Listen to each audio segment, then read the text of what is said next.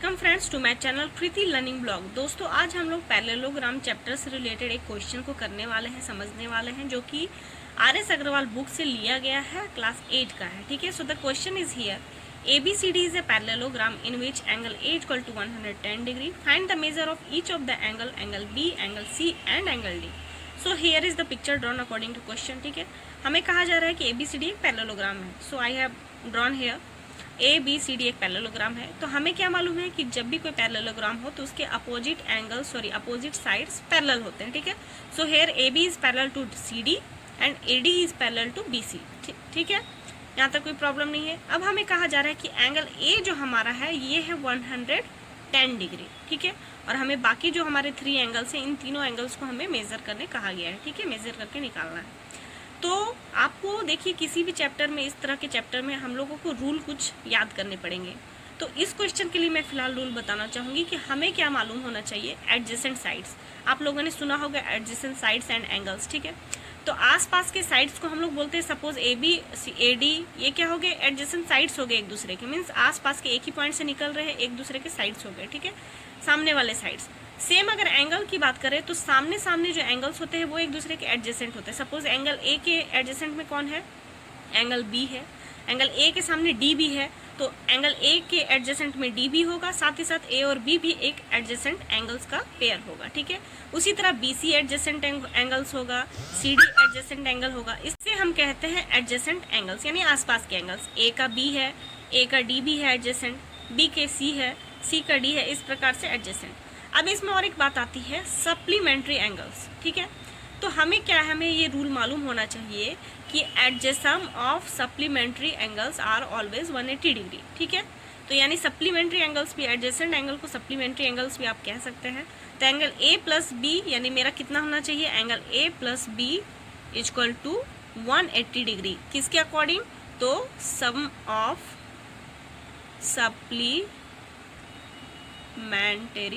Angles. Okay, short में मैंने angles लिख दिए। So sum of supplementary angles are 180 degree. तो हमारे सपोज यहाँ पे एक ले लेते हैं, A और B सप्लीमेंट्री हुआ, एडजेसेंट एंगल्स हुआ, तो A plus B equal to 180 degree.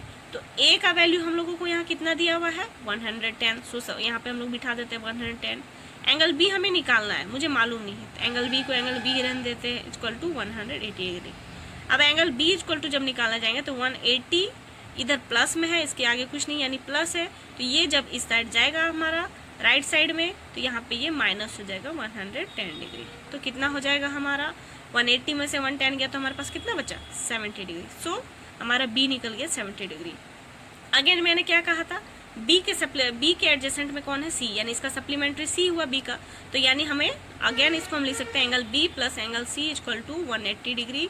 Same thing, मैं यहाँ दोबारा लिख नहीं रही हूँ, टाइम लगेगा, कि आप लिख लीजिएगा सम ऑफ सप्लीमेंट्री एंगल्स। ठीक है, उसके अकॉर्डिंग। तो अगेन B हमारे पास आ चुका है, B equal to 70 degree. C हमें निकालना है, angle C equal to C रखते हैं, equal to 180 degree. Again angle C equal to 180 degree, इधर रहता है प्लस, तो इधर जाएगा तो क्या हो जाएगा, माइनस 70 डिग्री। तो हमारे पास कितना आ गया, 110 डिग्री, यानी हमारे पास एंगल C कितना हो गया, 110 डिग्री। अब हमारे पास बचा D।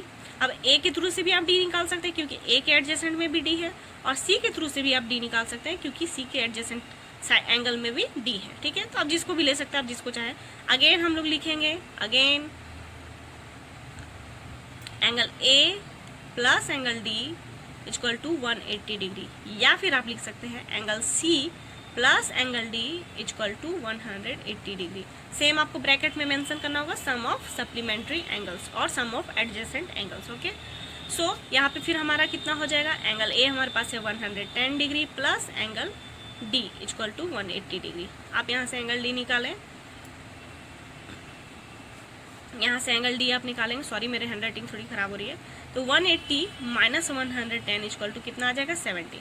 सेम यहाँ पे एंगल C कितना है हमारे पास, 110 plus angle D equal to 180 degree. Angle D equal to 180 minus 110 degree equal to 70 degree. Same answer है हमारे पास। ओके, आप इसके A के एडजेसेंट को लेकर भी बना सकते हैं, या फिर C के एडजेसेंट, सेम आंसर आएगा आपको, क्योंकि आप रूल सही फॉलो कर रहे हैं। So here is our answer. आप देख सकते हैं एंगल A हमारा दिया हुआ था 110, और हमें B, C और D एंगल्स को निकालने कहा गया था। तो हम लोगों ने एग्जैक्ट रूल यूज़ करते हुए कि सम ऑफ सप्लीमेंट्री एंगल्स कितना होता है हमारे 180, उसको यूज़ करते हुए एडजेसेंट साइड्स को लेते हुए उसके एंगल्स को लेते हुए हम लोगों ने ऐड करके उसको निकाल दिया।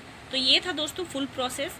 आपको किसी भी क्वेश्चन को बनाने के लिए रूल सबसे पहले मालूम होना चाहिए। किसी भी चैप्टर को जब आप अटेंड कर रहे हो तो आपको सबसे पहले उसके भी जो भी रूल्स हैं, जो भी फॉर्मूलाज हैं, उनको आपको पढ़ना पड़ेगा, समझना पड़ेगा, तभी जाके आप किसी भी क्वेश्चन को सॉल्व कर पाइएगा। सो आई होप आप लोगों को ये क्वेश्चन समझ में आ गया होगा। मैं नेक्स्ट फिर से और भी पैरेललोग्राम चैप्टर से रिलेटेड क्वेश्चंस आप लोगों को समझाऊंगी। आज के लिए इतना ही। Thank you.